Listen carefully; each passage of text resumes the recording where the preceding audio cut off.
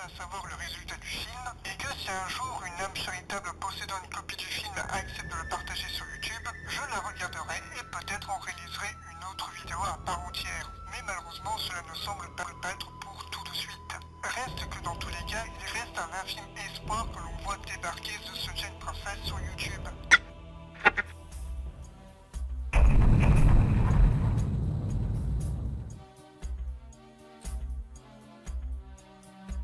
Bonjour à toutes et à toutes et bienvenue pour cette nouvelle vidéo. Oui, je le dis avec beaucoup d'enthousiasme. Vous l'avez sans doute vu au titre de cette nouvelle vidéo, mais il s'agit d'une suite à celle que j'avais fait sur The Sunshine Princess. Car en effet, un miracle est arrivé. The Sunshine Princess, qu'on pensait être perdu, a enfin été retrouvé. Premier Lost Media que je parle sur cette chaîne et premier Lost Media retrouvé que je parle sur cette chaîne. Et donc il était tout naturel que je fasse une suite à cette première vidéo. Car comme promis, si jamais on retrouvait le film, j'en parlerai. Mais du coup, comment tout cela s'est-il passé? Comment est-ce que le film a pu être retrouvé? Et surtout, quel était son contenu? Eh bien, ne vous inquiétez pas, parce que je vais répondre à absolument toutes ces questions. Mais avant de commencer, revenons depuis le début. The Sunshine Princess, c'est le troisième opus d'une trilogie de dessins animés d'Alibaba d'origine italienne, sortis respectivement au milieu des années 90 et directement en vidéo. J'ai connu le premier opus alors que je n'étais qu'enfant, et ce n'est que récemment, suite à une vidéo qui répertorie tous les projets de films d'animation annulés ou perdus, que j'ai compris que ce dessin animé avait eu des suites.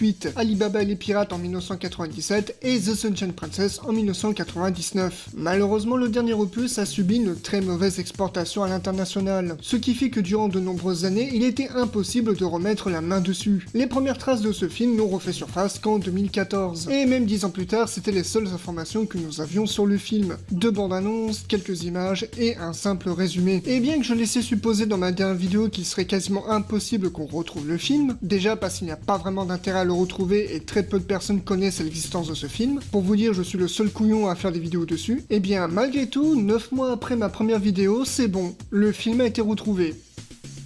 Depuis 2 ans. Comment ça? Eh bien, si j'avais fait des recherches un peu plus approfondies, je vous aurais déjà parlé du film. Parce qu'alors je disais que le long métrage était introuvable, en fait il était bien plus proche qu'on ne le pensait. Puisqu'en vérité, cela fait depuis septembre 2023 que le film avait été retrouvé. Et qui plus est, était en ligne. Bah alors du coup, pourquoi tu l'as pas retrouvé? Eh ben, pour plusieurs raisons. La première étant que le film a été uploadé sur le site Internet Archive. Retrouvé par une certaine, je me refuse d'écorcher le nom, récupéré depuis directement un DVD de The Sunshine Princess, mais ripé depuis une version tchèque du film. Donc merci à cette personne d'avoir aimablement ripé son DVD du film, pour nous tous, c'est-à-dire le peu de personnes qui s'intéressaient vraiment à l'existence de ce film. De ce fait, personne n'a pensé à aller vérifier sur ce site, y compris moi-même. Ce qui fait que lorsque j'avais fait ma vidéo, les gens continuent de penser que le film était un Lost Media. Il faudra cependant attendre seulement le début de cette année, c'est-à-dire il y a environ 3 mois, pour que quelqu'un décide d'uploader la version tchèque du film sur YouTube. Et seulement là, c'était bon, le film était retrouvé. C'est d'ailleurs là qu'on se rend compte que le film a connu plus d'exportation qu'on ne le pense. Après, il était rappelé que parmi les 3 films Alibaba, seul le premier est encore trouvable. Dès Alibaba les pirates, on commence déjà à frôler l'impossible. Au point d'ailleurs que beaucoup ignorent encore qu'il existe des suites. Mais trêve de bavardage,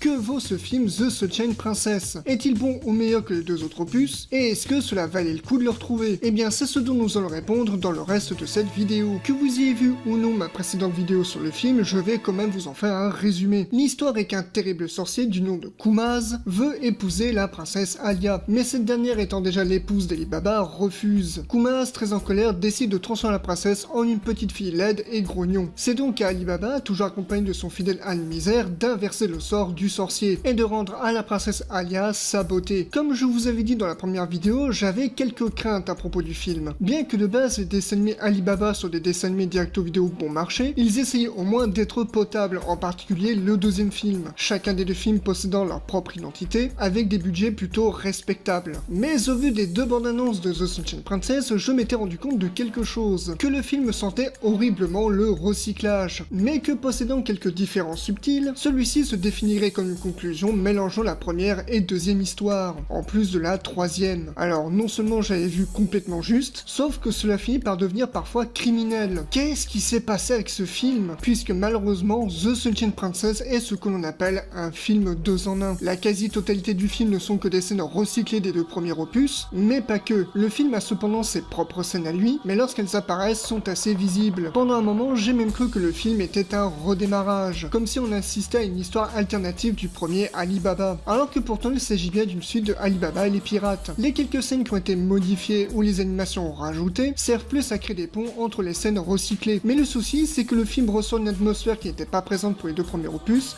cet aspect de film fauché. Parce que oui, The Sunshine Princess est un film d'animation fauché. Tellement fauché d'ailleurs que la scène d'introduction passe à toute vitesse, enchaînant un plan sans qu'on ait le temps de comprendre. Et alors que les 2 premiers films duraient approximativement 1h20, celui-ci ne dure juste que 1 heure. Même si je pense savoir à des kilomètres que la société a dû avoir des gros soucis budgétaires, je pense que le réalisateur ou réalisatrice, parce que je ne sais toujours pas si c'est un homme ou une femme qui a fait les films, a dû trouver un moyen de raconter cette 3e histoire en économisant le plus de budget possible, tout en réutilisant des animations et des décors des 2 premiers films. Et donc, par conséquent, ce film n'est ni plus ni moins que Alibaba et les pirates en moins bien. Et d'ailleurs, la princesse Alia, qui paraissait si centrale au point d'en être le personnage qui figure sur la jaquette, n'apparaît que trop peu de temps à l'écran. À l'exception peut-être de la fin où tout le budget semble être concentré dessus, elle n'est cependant pas autant présente qu'on pourrait le penser. L'enjeu qu'elle représente est cependant palpable, mais gâché par des scènes et des animations recyclées. Et d'ailleurs, j'avais laissé supposer dans la dernière vidéo que le film a sans doute été fait au numérique,